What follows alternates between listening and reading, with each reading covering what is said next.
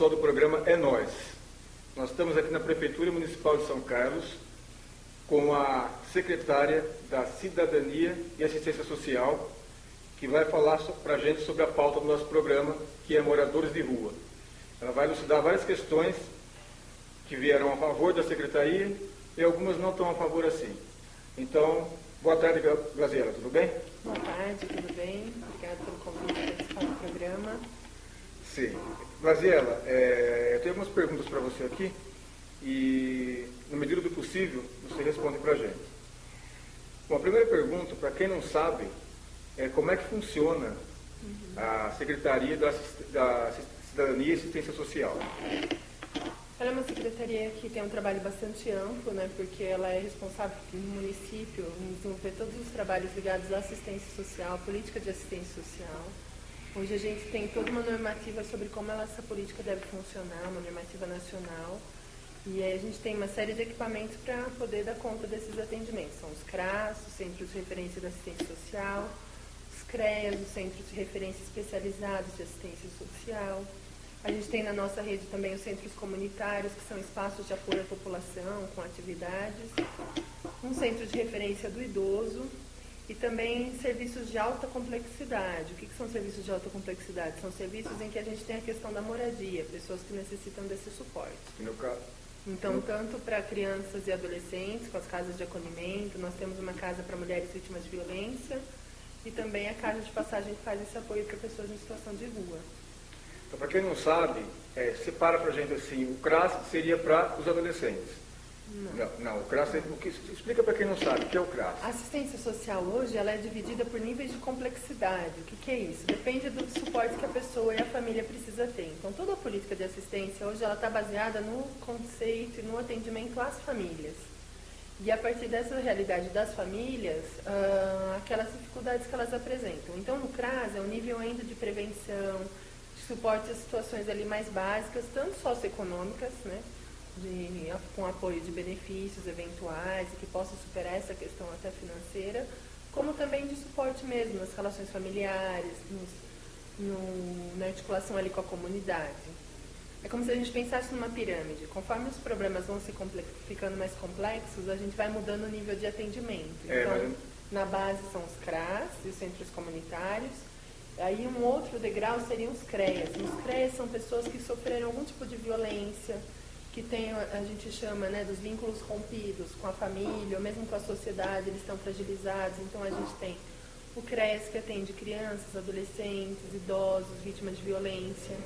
A gente tem o Centro POP, que atende a população em situação de rua. Sim, né, as medidas socioeducativas, que são o atendimento aos adolescentes. E aí, na ponta da pirâmide, se a gente continuar subindo mais um pouco, são parte da população que precisam de acolhimento. São situações especiais, excepcionais, que a gente chama. Que aí são os acolhimentos com as crianças, adultos, né? Quem faz esse acolhimento? Onde é feito esse acolhimento? Então, cada tipo de atendimento é feito de uma forma. Com as crianças e adolescentes, o acolhimento é feito em 2 unidades, 2 casas, que hoje estão sob a responsabilidade direta da prefeitura, com um grupo de funcionários, né? A gente tem uma parceria aí para a contratação desses profissionais. Então, eles são contratados e trabalham diretamente sob a gestão da secretaria, né, no acompanhamento das crianças e tudo mais, crianças e adolescentes. A gente tem uma casa-abrigo para mulheres também, sob gestão direta da prefeitura, da nossa secretaria.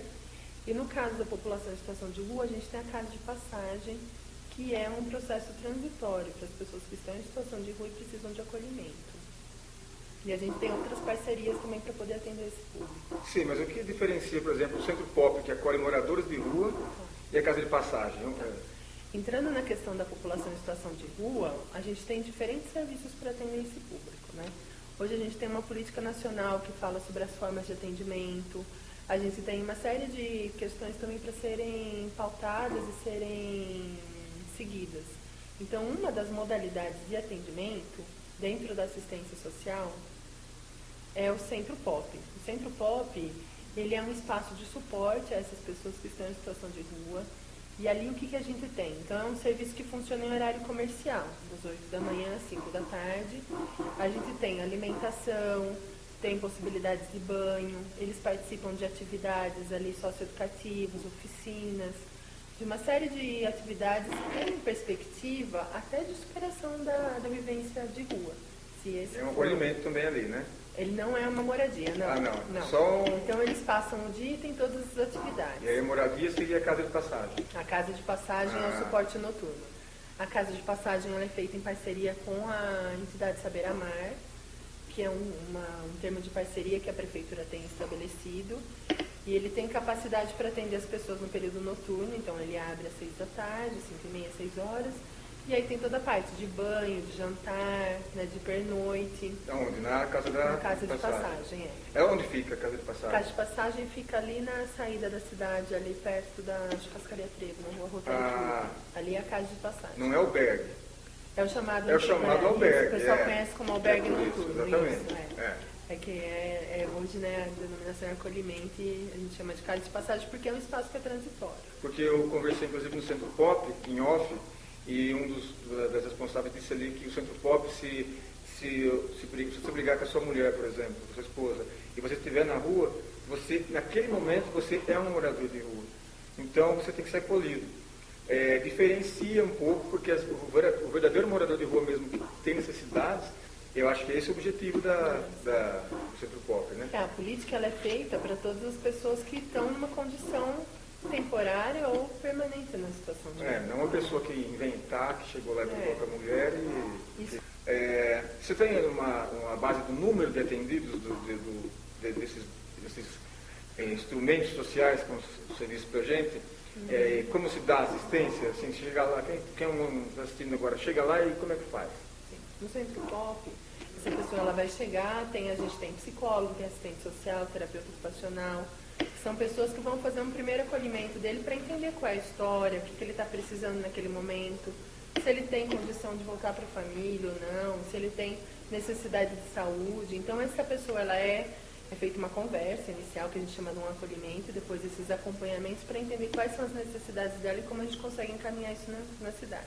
No dia, as pessoas são convidadas a voltar para o Centro Pop, então tem essa comunicação entre os serviços.